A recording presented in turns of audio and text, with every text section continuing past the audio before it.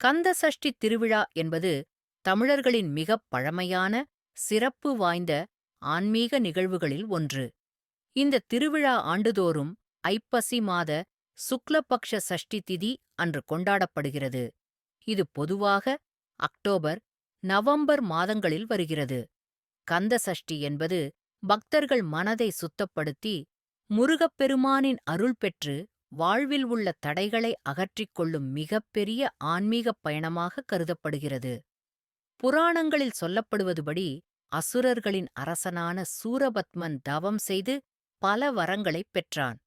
அந்த வரங்களின் காரணமாக அவன் அகங்காரத்துடன் வளர்ந்து தேவலோகத்தையும் மனிதர்களையும் துன்புறுத்த ஆரம்பித்தான்.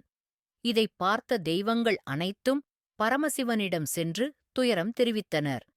அப்போது பார்வதி தேவி மற்றும் சிவபெருமான் தங்கள் தெய்வீக சக்தியால் ஒரு குழந்தையை உருவாக்கினர்.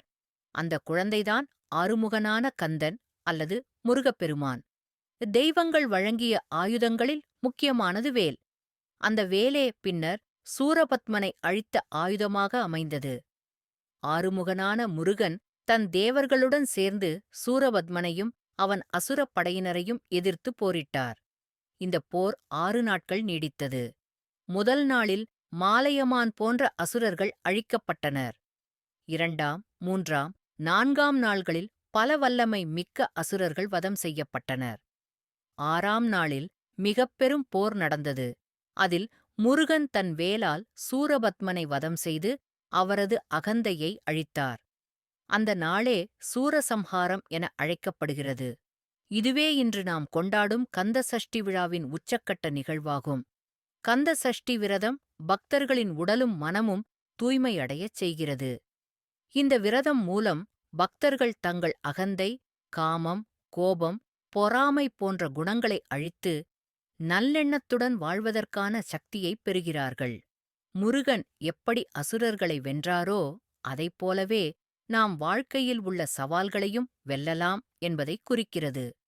இன்று கந்த சஷ்டி திருவிழா அனைத்து முருகன் கோவில்களிலும் மிகுந்த பக்தியுடன் நடைபெறுகிறது. திருச்செந்தூர் முருகன் கோவில் இன்றைய உலகத்தில் கந்த சஷ்டி திருவிழா மிகச் சிறப்பாக நடைபெறும் இடமாக அறியப்படுகிறது. அங்கு நடைபெறும் சூரசம்ஹாரம் நாடகம் பக்தர்களின் ஆன்மீக அனுபவத்தை அதிகரிக்கிறது. கோவில்களில் பக்தர்கள் 6 நாட்கள் நோன்பு இருந்து முருகனை வழிபடுகிறார்கள். கடைசி நாளில் சூரசம்ஹாரத்தைக் காண்பது மிகப் பெரும் புண்ணியமாகக் கருதப்படுகிறது. கந்த சஷ்டி என்பது சாதாரண திருவிழா அல்ல, அது நல்லது, தீமையை வெல்வதற்கான சின்னம்.